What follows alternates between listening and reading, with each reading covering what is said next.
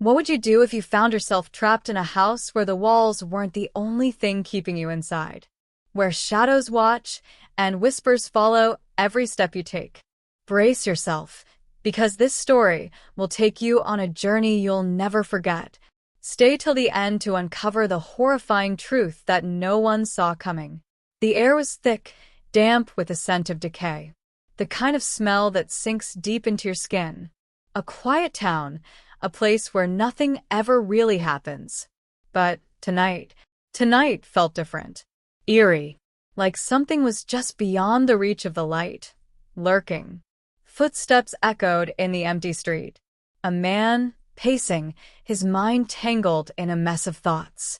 He was trying to keep calm, but something gnawed at him, something he couldn't shake off.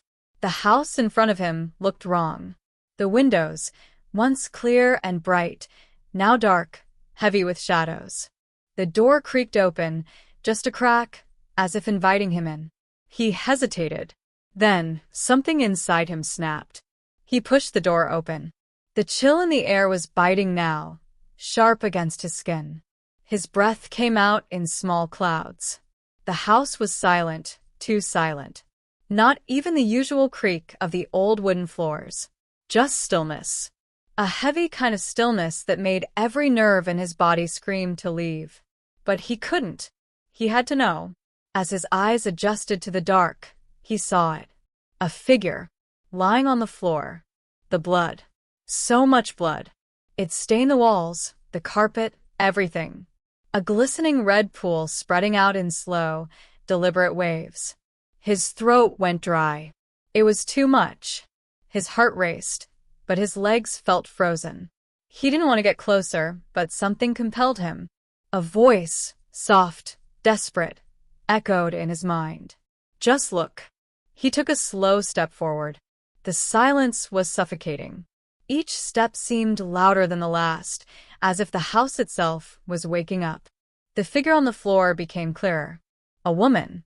Her face twisted in a permanent expression of horror. Her eyes wide, glassy. She hadn't just been killed. She had been tortured. The realization hit him like a slap to the face. He took another step, and that's when he saw it. The blood on his shoes. His own reflection in the dark, staring back at him. The echo of his breath was the only sound left. And the silence that followed? It felt wrong. His heart pounded in his chest.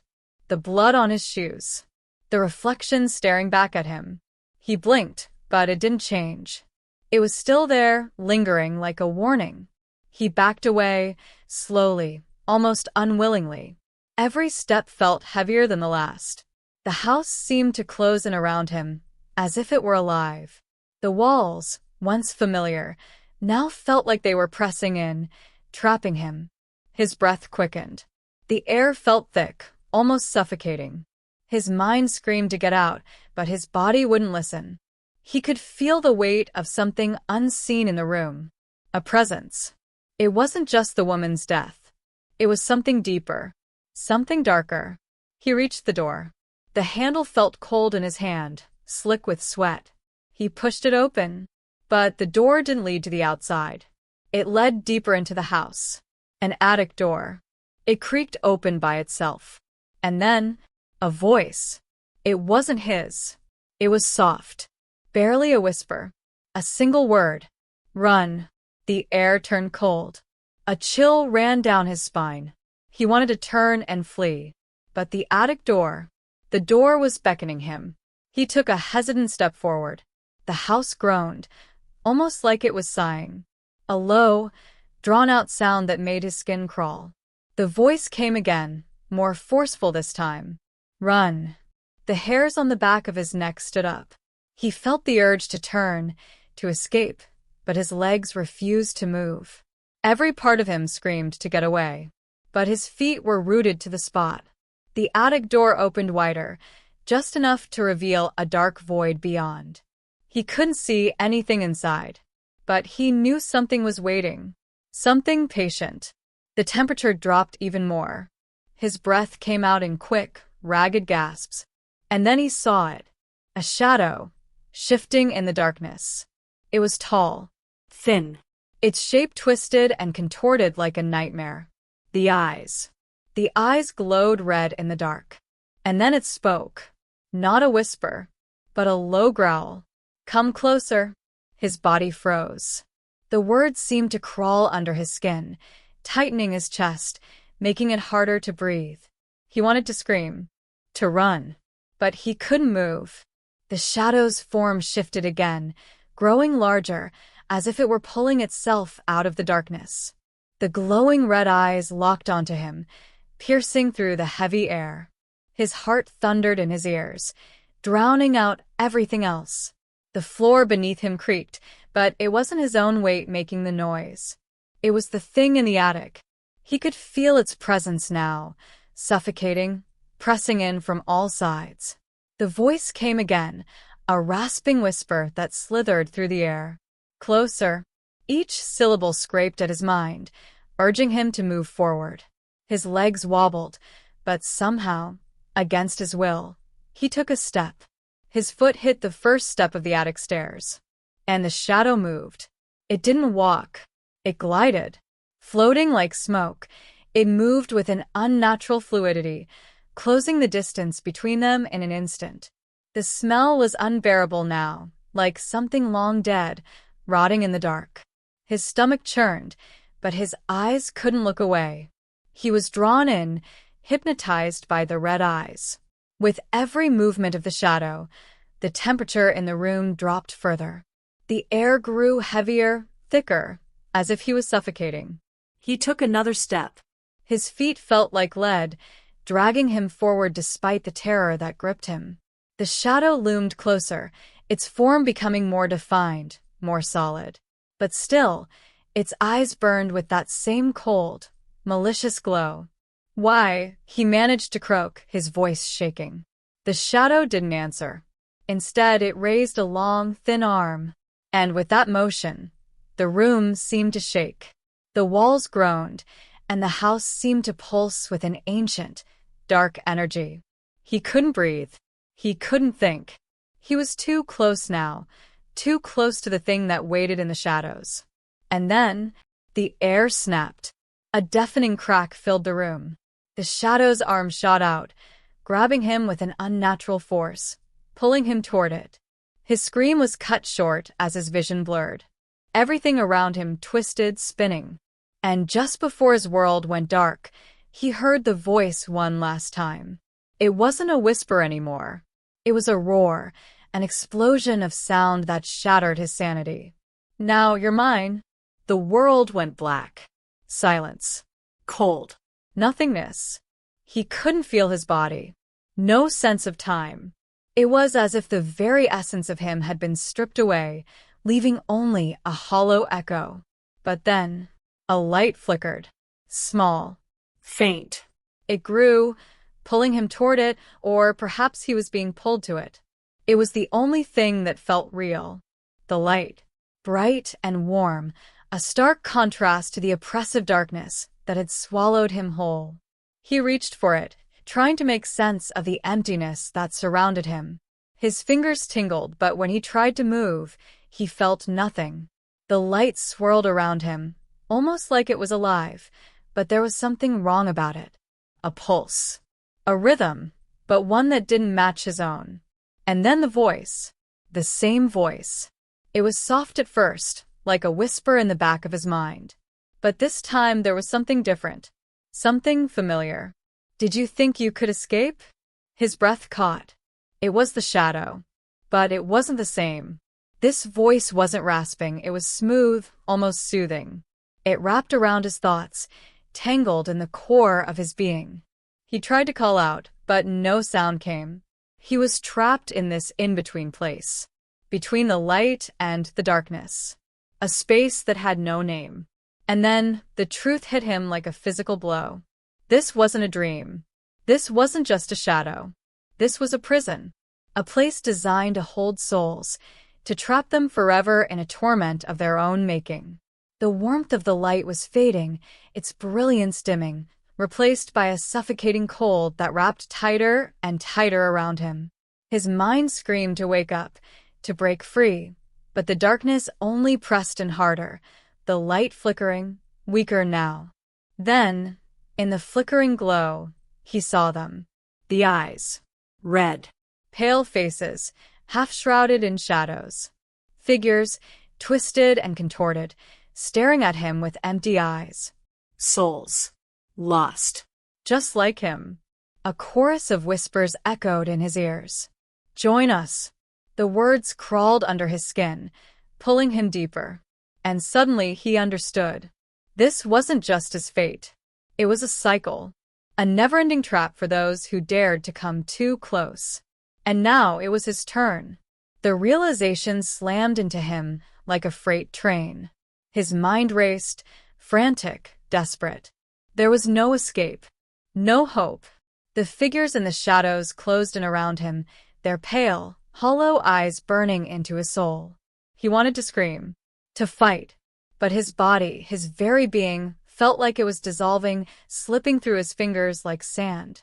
The whispers grew louder, more insistent, weaving around him, suffocating him with their cold, ancient promises.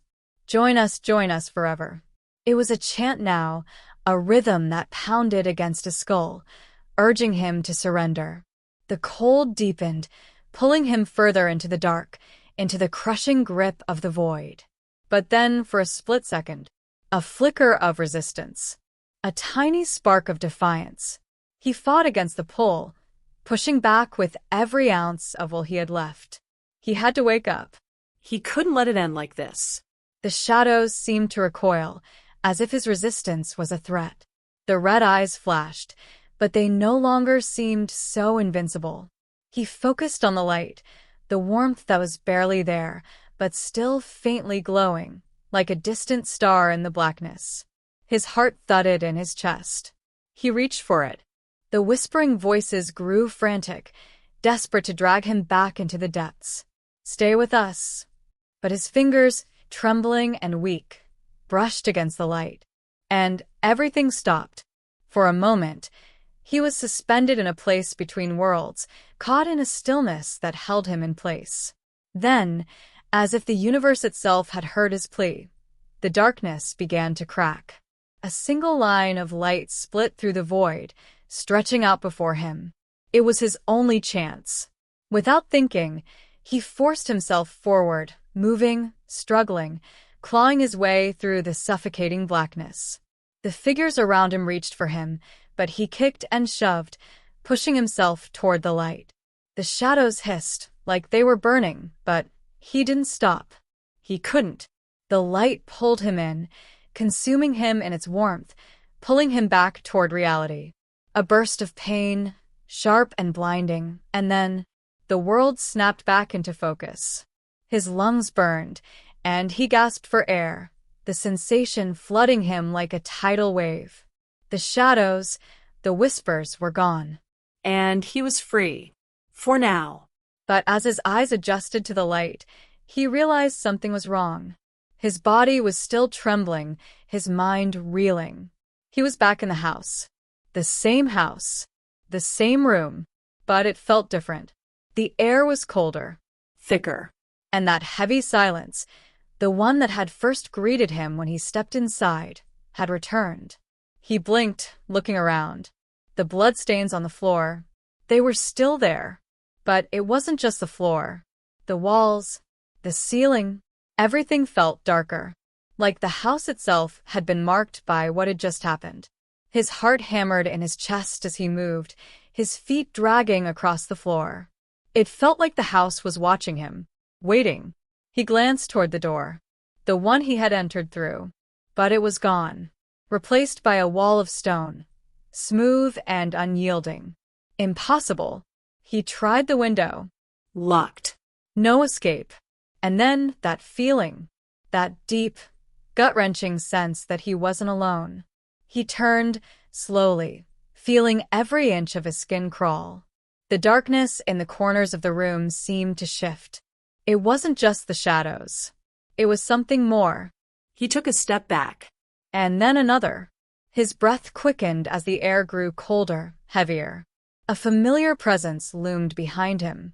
Slowly he turned. The figure was there. Not in the attic this time, but standing right in front of him. The same glowing red eyes. That same unnatural, twisted shape. It was real, and it was watching him, its gaze piercing through him like a blade. The voice, low and smooth, echoed in his mind. You thought you could escape. His legs trembled, but he stood frozen, caught in the grip of the thing before him. The voice was stronger now. It wasn't just in his mind. It was real. Real and powerful, vibrating through the walls, shaking the very foundation of the house. Now, you belong to us. The cold enveloped him again, suffocating, unbearable. The floor beneath his feet began to warp, the wood creaking and bending as if it were alive. And then the air turned thick, not just with cold, but with something darker, something ancient. And he realized, with a shock that froze his blood, this wasn't just the house. This wasn't just some nightmare. This was the beginning of something far worse. The end wasn't near. It was just beginning. The ground beneath him groaned, shifting as if it were trying to swallow him whole. He tried to move, but his legs betrayed him, locking in place. His body felt heavy, as though it was being weighed down by an invisible force. The shadow in front of him stretched, its form flickering like a flame in the wind. The red eyes never wavered, boring into him with a cold, consuming hunger. He could hear it now, that sound, like a low growl emanating from the darkness. Not just one growl, but many. The voices, a chorus of tortured souls, whispered in unison. Join us forever. His pulse pounded in his ears. This wasn't a dream. This wasn't a trap. This was the end. He felt the temperature drop even more, so cold that his breath came out in sharp, painful gasps. And the walls of the house, began to tremble, vibrating as though the house itself were alive. The red eyes blinked, once. Then the voice spoke again, more forceful. You're already ours. And in that moment, the house seemed to exhale, the air thick with something that tasted metallic, like blood on the tongue. The ground cracked beneath him, fissures spreading through the floorboards, releasing the sound of snapping wood. And from those cracks, dark tendrils, like fingers made of shadow, reached up, curling toward him. They touched his skin, and the contact burned. A searing pain shot through his body, spreading from the point of contact to every inch of him. It felt like his flesh was being pulled from the bone. His stomach twisted, his vision blurred as he fought against the overwhelming agony. But there was no escape. The tendrils held him firm, pulling him downward into the abyss that had opened beneath him. The shadow hovered above him, its red eyes glowing brighter, as if feeding on his pain. You belong to us now, the voice echoed, louder, reverberating through his skull. It wasn't a promise. It was a decree. His body felt like it was being torn apart, his skin and bones becoming nothing but particles, scattering into the darkness. The voices, so many voices, surrounded him, their whispers now a maddening roar. And in that moment he realized the truth. There was no escape, no release. Once you entered this house, once you stepped into its grip, there was no way out. He was a part of it now. Just another soul, trapped forever in the web of darkness. And the house would continue to claim others, forever and always. A cycle that never ended. Because once you were caught, you were never truly free. Time seemed to stretch, distort. The pain was unbearable, but strangely distant. He felt himself unraveling, his mind flickering like a candle in the wind. The shadows wrapped tighter around him, pulling him deeper, devouring what remained of his form. But in the darkest corner of his consciousness, there was a flicker of something old and buried, but still alive. A thought, a memory. He didn't want to let go. He couldn't let the darkness claim him completely. The whispers raged louder, threatening to drown him, but he clung to that flicker with desperate, clawing fingers. A voice in his mind, his own voice, fought to rise above the roar of the darkness. Not yet.